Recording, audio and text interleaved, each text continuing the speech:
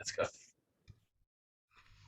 Hey, we have Chala, Beit, Beit Vav. No, well that's the Chazara. We want Daled Tes Okay. for yesterday's.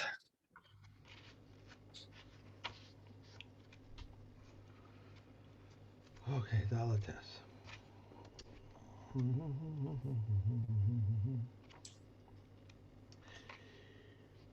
Rabbi Gamil says there are three lands regarding Chala.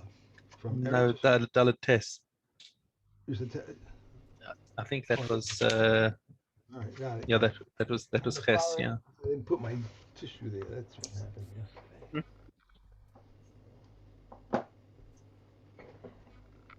Okay, now we got it.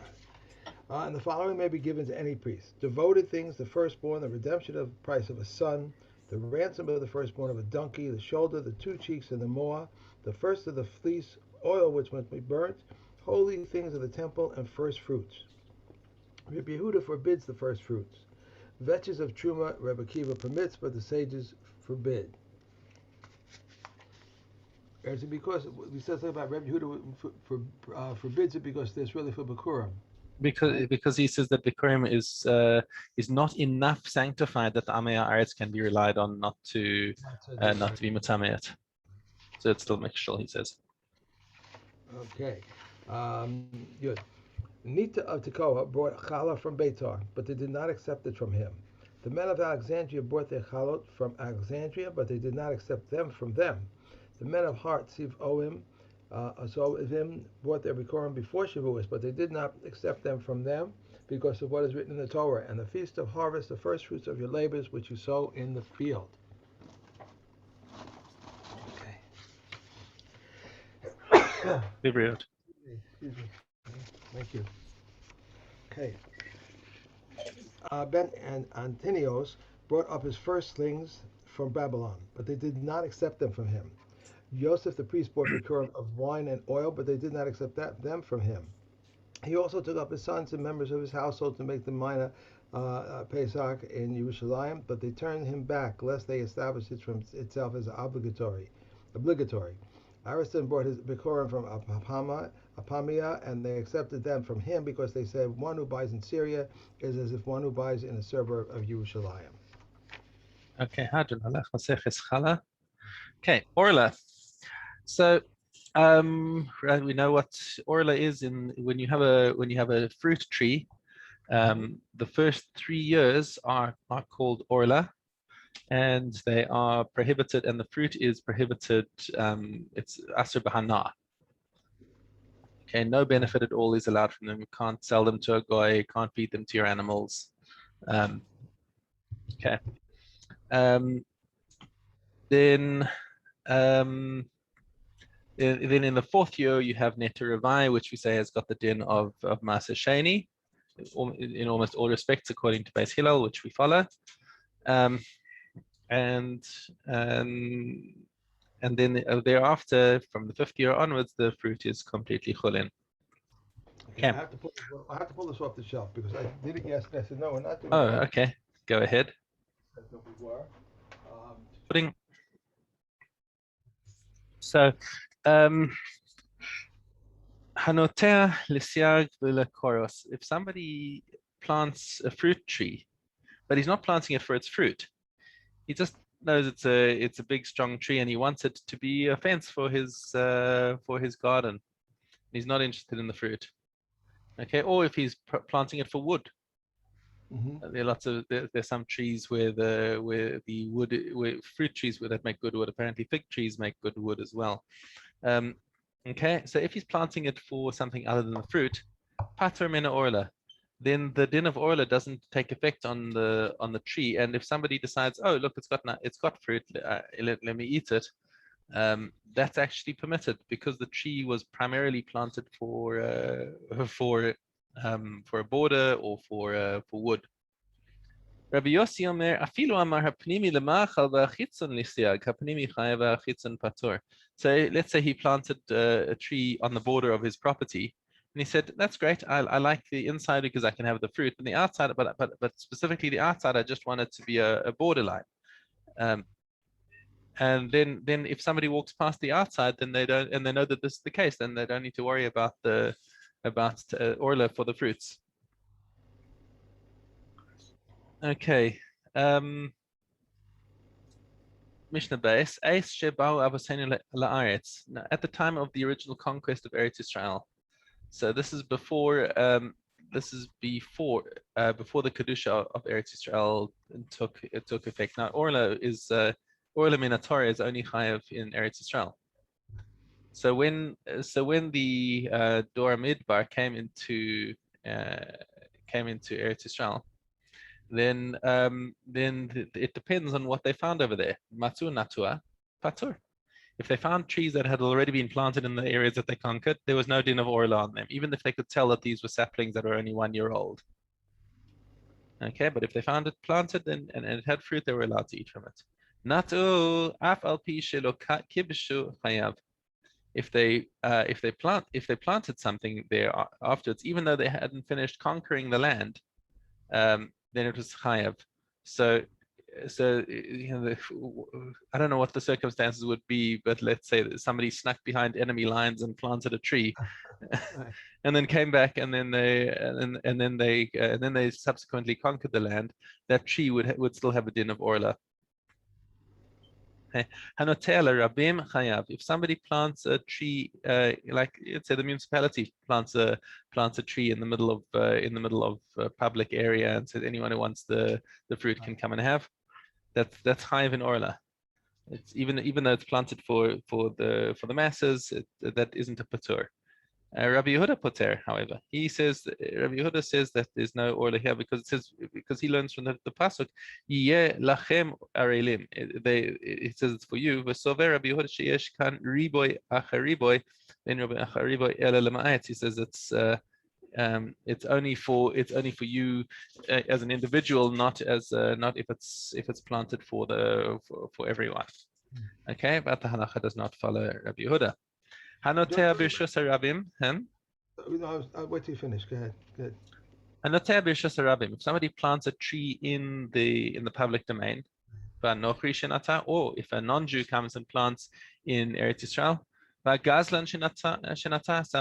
you had a robber who stole somebody's land, kicked him off his land, and then planted a tree and then left. Hanotea b'sfina. Or if somebody plants a tree on a ship. We assume that this is a ship that is actually aground. It's not it's not floating in the sea. It's actually it's got a solid connection to the ground, and somebody plants a tree on that ship. And also just a tree that spontaneously grew by itself without any human intervention. Right. All of these cases, the din of Orlah still applies. It doesn't matter who plants it, for whom, where, whatever. If a fruit tree is growing in Eretz Israel, it's chayav in Orlah. Okay. You had a question, yeah. In the first Mishnah, I just forgot the word. I can't believe it.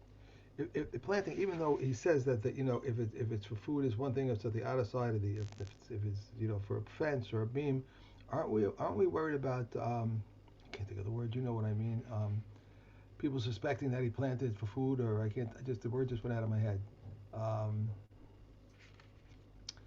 If we see something eating going into a non-kosher store. Yeah, Maris Ayin you're thinking of, right? Thank you. Sorry. Are we worried about that? Sorry, in which case? If he has a tree on the outside that he planted for a fence or beam. Right. So Maris Ayin. Right.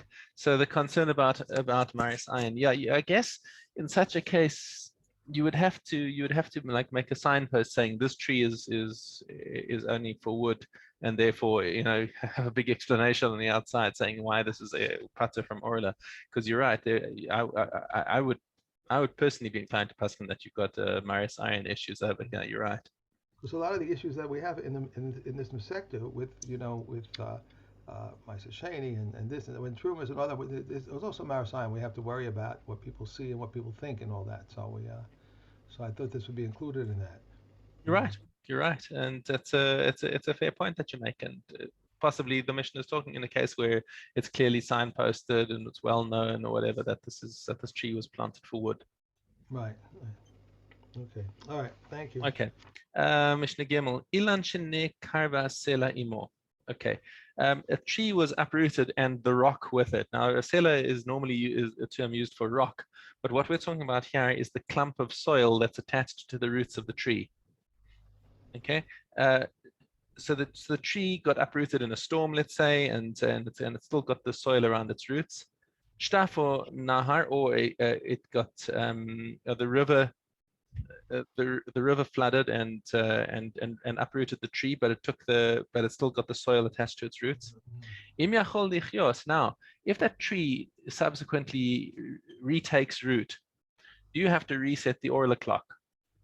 So let's say it was an old tree; it was 5 years old, so it doesn't have any Orlah in anymore, but now it got uprooted, and then it got replanted. So what does it ride on? If that soil that was around its roots would have been sufficient for it to live in place, if you hadn't replanted it in the ground and all it had was that soil that was around its roots, would it have survived?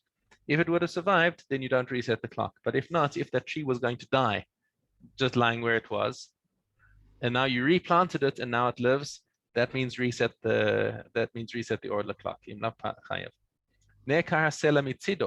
What happens if you have um, a tree that's planted in the ground and half of the soil from underneath it gets scraped away?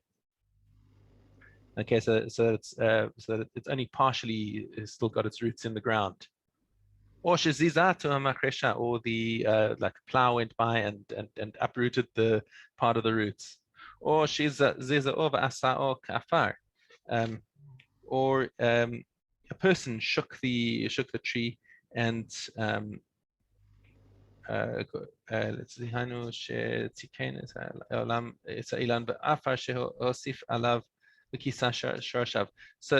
so then a person came and covered up the roots again.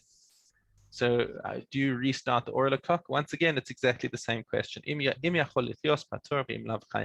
the tree would have survived as it was, then there's no need to restart the Orla clock. But if it was going to die without the person coming and covering over the roots again, then it's considered a brand new planting, and you have to restart the clock for Orla. It's a hard question because you don't know what's going to be. Yeah, so you have to consult an expert on this, and Right.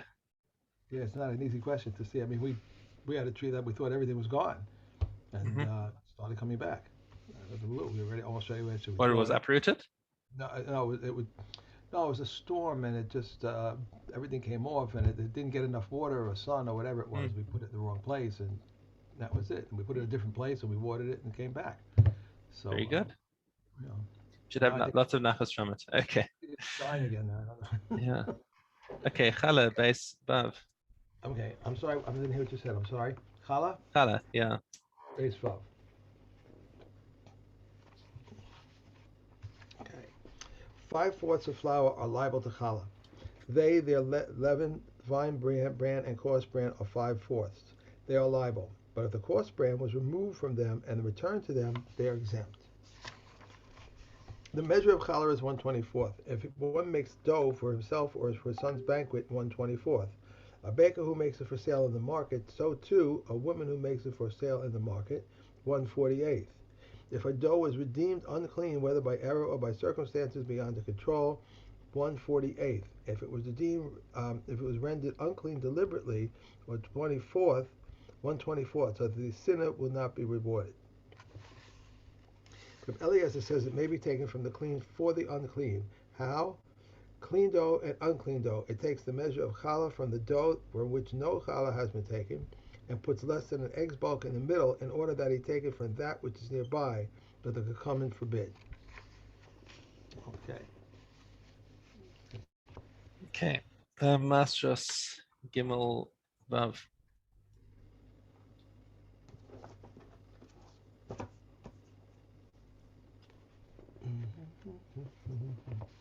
Nitrous.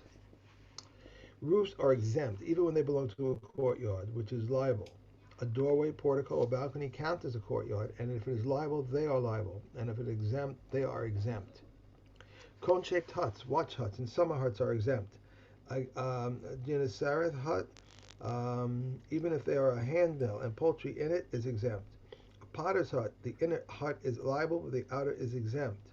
Reb Yossi says, whatever does not serve as a summer dwelling and as a winter dwelling is exempt. The festival tabernacle on the festival, the Reb Yehuda declares it liable, but the Kakaman declare it exempt. And from a fig tree which stands in the yard, one may eat one by one and is exempt, but if together he's liable. Reb Shimon says, one in his right hand and one in his left hand, one in his mouth. If he climb to the top, he may fill his lap and eat. Right, because once he climbs the tree, he's no longer in the Rishus Yachid. He's no longer in his Rishus. He's in the tree's Rishus, and it's no longer Kovea for Mastras. Yeah. Kilayim Beis Yod.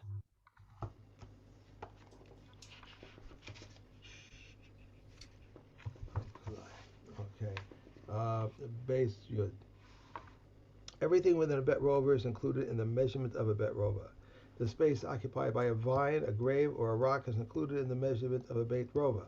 Grain with grain, a bet rover. Vegetables with vegetables, 6 Grain with vegetables, vegetables with grain, a bet rover. And Eliezer says vegetables with grain, 6 cubits. Right. So this is how much gap you have to leave between two different minim. Yeah. Grain overhanging grain, vegetables over vegetables, a grain over vegetables, vegetables over grain. All is permitted except Greek gourd. Reb Meir says also cucumber and Egyptian beans, but I prefer their words to mine.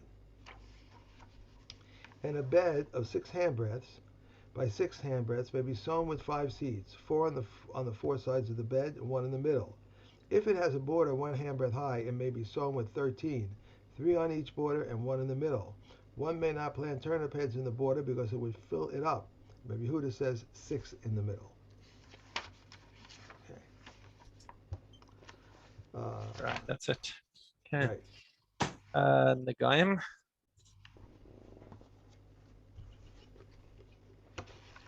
Yud Gimel Yud Beis.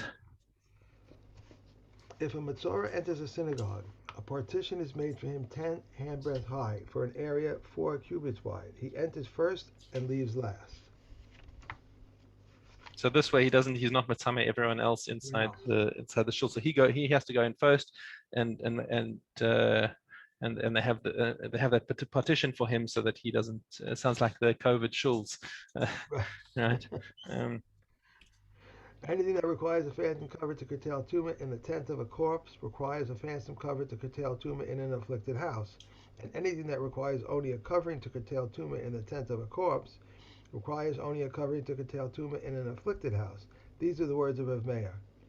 Yossi says that anything that requires a fastened cover to curtail tumah in the tent of a corpse requires only a covering to curtail tumah in an afflicted house.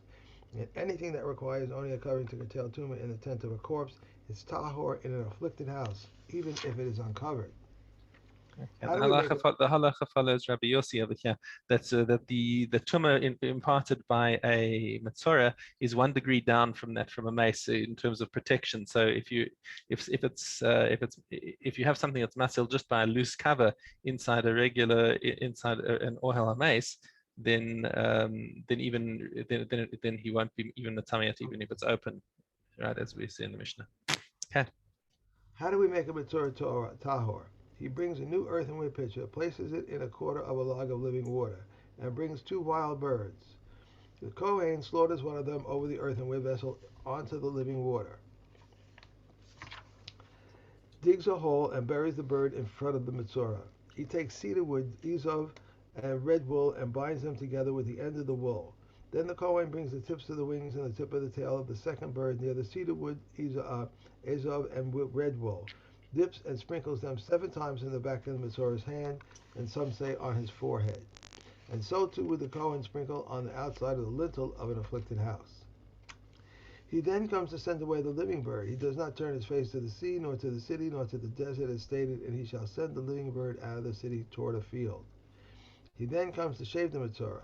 The Kohen passes a razor over the Metzora's entire body, and the Metzora then washes the clothes and immerses. The Metzora no longer causes tumah by entering, but he causes tumah like a sheretz. He is permitted to enter within the wall, but he is banned from his house for 7 days and is prohibited from marital relations. Okay. On the 7th day. That's done. That was it? Okay. Yeah. Kilayim base Yod. Wait, Uh, sorry, not Kilayim. What am I saying? We're in Horias. Arias. Aleph Hey. Yeah. If the court ruled and all the people or most of them acted on their word, they bring a bull, and for idolatry they bring a bull and a goat. These are the words of Rav Meir. Reb Yehuda says 12 tribes bring 12 bulls, and for idolatry they bring 12 bulls and 12 goats. Reb Shimon says 13 bulls, and for idolatry 13 bulls and 13 goats. A bull and a goat for each. Sorry, a bull and a goat for each tribe, and a bull and a goat for the court. If the court ruled and 7 tribes acted, or most of them on their word, they bring a bull, and for idolatry they bring a bull and a goat. These are the words of Rav Meir. Rabbi Yehuda says 7 tribes that sinned bring 7 bulls, and the rest of them, the tribes that did not sin, bring a bull because of them. Even those who did not sin bring because of those who sinned. Reb Shimon says 8 bulls for idolatry, 8 bulls and 8 goats, a bull and a goat for each tribe, and a bull and a goat for the court. If the court of one of these tribes ruled and that tribe acted on their word, that tribe is liable, but the rest of the tribes are exempt. And those are the words of Reb Yehuda. The Chachamim say they are not liable except for the ruling of the high court, as it is said, for the whole assembly of Israel heirs, not the assembly of that tribe. Lacha follows the Chachamim over here that Ein Chayvim Ila al Horayas based in Hagadol Bilbad. That's the only one that's chayv. So all this discussion about the Shvatim La Halacha is not shaykh, because the Halacha follows the Chachamim that it's only talking about the Sanhedrin Hagadol Yerushalayim. Okay, now we move on to the Kohen Gadol, because he's got a similar din as the Sanhedrin. If he personally makes a ruling that is mistaken, and he permits himself to be over on something that's chayv kares. Now he has also a special power that he has got to bring if he does such a thing. If the anointed Kohen ruled permissively for himself, and he ruled inadvertently, and he acted inadvertently, he brings a bull. But if he ruled inadvertently and acted willfully, or if he ruled willfully and acted inadvertently, he's exempt. Because the ruling of the anointed Kohen for himself is like the ruling of the court for the community. If he ruled independently and acted independently, he atoned for independently. If he ruled with the community and acted with the community, he is atoned for with the community. If the court is not liable unless it rules to abolish part and retain part, and so too the anointed Kohen, and neither are they liable with regard to idolatry unless they rule to abolish part and retain part. Right, we learned that before, that if they uprooted an entire precept from the halacha, then that's just too far gone, and that's not, nobody would have taken them seriously. And similarly for the Kohen Gadol, it's got to be that there was one aspect that he permitted, not the entire din. Okay, Kesubos Gimel Hay. If he does drink out of his pot by marrying her, even if she is lame, blind, or a leper, so this is talking about the rapist. If a man rapes a woman, and now she feels that she has been so violated that nobody else will marry her, then she can force him to marry her, and he's now obligated to look after her, and he has no option of divorcing her. If it was found that she had an affair of unchastity, however, or if she was unfit to marry a Jew, he is not permitted to keep her, for it is said, and she shall become his wife, implying a wife who is fit for him. An orphan or one who is betrothed and then divorced, Rav Elazar says, one who seduces her is exempt, but one who violates her is liable. What is the compensation for disgrace? All depends upon the status of the one who is disgraced and the one who disgraced and the one who was disgraced. As to impairment, we regard her as if she were a slave woman who was to be sold. How much was she worth, and how much is she worth? The fine is uniform with everyone, and every monetary obligation that has a fixed amount set by the Torah is uniform with everyone. Okay. Okay, good. All right. Terrific. Thank you very much. Have a great pleasure. day. You too. Have a And I just wonderful want day. everyone, hey, tomorrow night, Wednesday night,